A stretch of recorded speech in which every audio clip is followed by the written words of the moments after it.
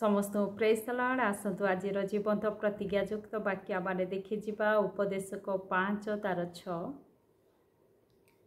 तुम्भ शरीर को पाप कराइबा पाई तुम्भ मुख को दियो नाही कियबा एहा भ्रम हैला बोली दूतों साक्षात रे कुह नाही काहींकि परमेश्वर तुम्भ रबरे क्रोध होई तुम्भ हस्तर कार्य विनाश करिबे। Praise the Lord.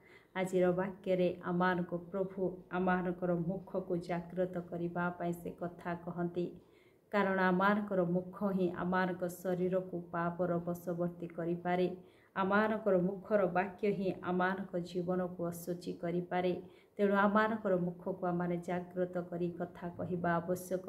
जदि आम जागृत करी न कही आमानक मुखर जदि कौन से मंद विषय कथा कही यह भ्रम हैला बा भूल हैला बोली परे कहू ताहले मध्य आमे प्रभुଙ୍କ दृष्टि रे आमाने क्रोधान्वित हो बा परमेश्वर दृष्टि रे पाप करू प्रभु आमान को क्रोध करिवे बोली परमेश्वर वाक्य लिखा जाए।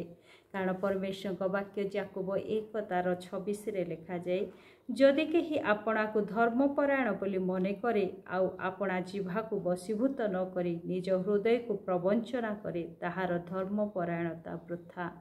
आज जदि जड़े निजको धर्मपरायण व्यक्ति बोली कहूअछि किंतु निज जिह्वा को से बशवर्ती करि पारि नाही निज जिह्वा को से असुचि तार विषय रे आज कथा कहूअछि ताहले तार धर्मपरायण वृथा बोली लिखा जाए। तेणु आज आमानकर मुख को आम जागृतर सहित कथा कहवा आवश्यक। कारण यही मुख बा यही जिह्वा ही आमानकर शरीर को पापर बशवर्ती करिथाए। तार से याकूब 3:2 मध्य परमेश्वर कहती जेणु आम्भे माने समस्ते अनेक विषय झुंटी पड़ू जदि केही वाक्य झुंटी न पड़े तेबे से सिद्ध पुरुष समस्त शरीर को मध्य बसरे रखा समर्थ। Praise the lord. आमारे समस्त विषय झुंटी पड़ू किंतु आमानकर वाक्य जदि आमारे झुंटी पड़ा ना ताहले आमारे जड़े सिद्ध पुरुष अटू आ समस्त विषय को आमानक बसरे रखा आमारे सामर्थ हो पारू। Praise the lord. आसतु पुनर्बार आम देखिदिबा तार 3:5 रे लिखा जाए सेहीपरि जिह्वा मध्य गोटे क्षुद्र अंग किंतु महागर्वर कथा कहे देख केड़े क्षुद्र अग्निकणिका द्वारा केड़े बड़ अरण्य रे निया लगी जाए। जिह्वा मध्य अग्नि स्वरूप ताहा आम्भमानकर अंग समूह मध्य समस्त अधर्मर मूलधारा स्वरूपे अवस्थित ताहा समस्त शरीर को असुचि करे और निजे नरकाल नल प्रज्वलित हो प्रज्वलित चक्र को जलाए। Praise the Lord. जिह्वा मध्य गोटे क्षुद्र अंग हेले मध्य ए क्षुद्र अंग को जदि आमाने वशीभूत करिबा नाही ए जिह्वा को जदि आमाने जागृतर सहित कथा कहवा नाही जे प्रकार छोट आउ निया कणिका जे प्रकार बड़ अरण्य को मध्य जलाई दिए से प्रकार आमानकर जिह्वा छोट अंग हेले मध्य आमानकर बशवर्ती मध्य जदि रहिबो नाही आमानकर जीवन को से नर्क आड़े गति कराइबो बोली परमेश्वर वाक्य लिखा जाए।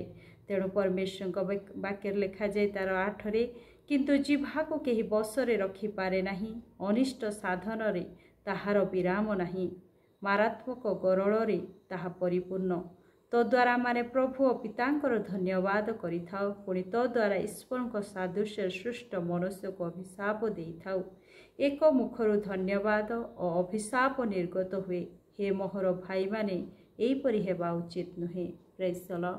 प्रभु कहती आमानकर जिह्वा को केही मध्य वशवर्ती करी रखिबा पाई संभव नुहे किंतु आमाने जदि वशवर्ती न करू आमानक जिह्वा को आमाने जागृतर सत कथा न कहू ताहले परमेश्वर दृष्टि रे आमाने पाप करू। कारण यही मुख द्वारा आमाने परमेश्वर धन्यवाद करूछु तो गोटे मुख द्वारा धन्यवाद आ अभिशाप की निर्गत हुए। तेणुक परमेश्वर वाक्य लिखा जाए यही मुख द्वारा आमे पिता कर धन्यवाद करिथाउ पुणी तो द्वारा ईश्वर सादृश्य सृष्ट मनुष्य को अभिशाप देइथाउ एपरि हेबा आवश्यक नुहे बा एपरि हेबा उचित नुहे बोली परमेश्वर वाक्य लिखा जाए।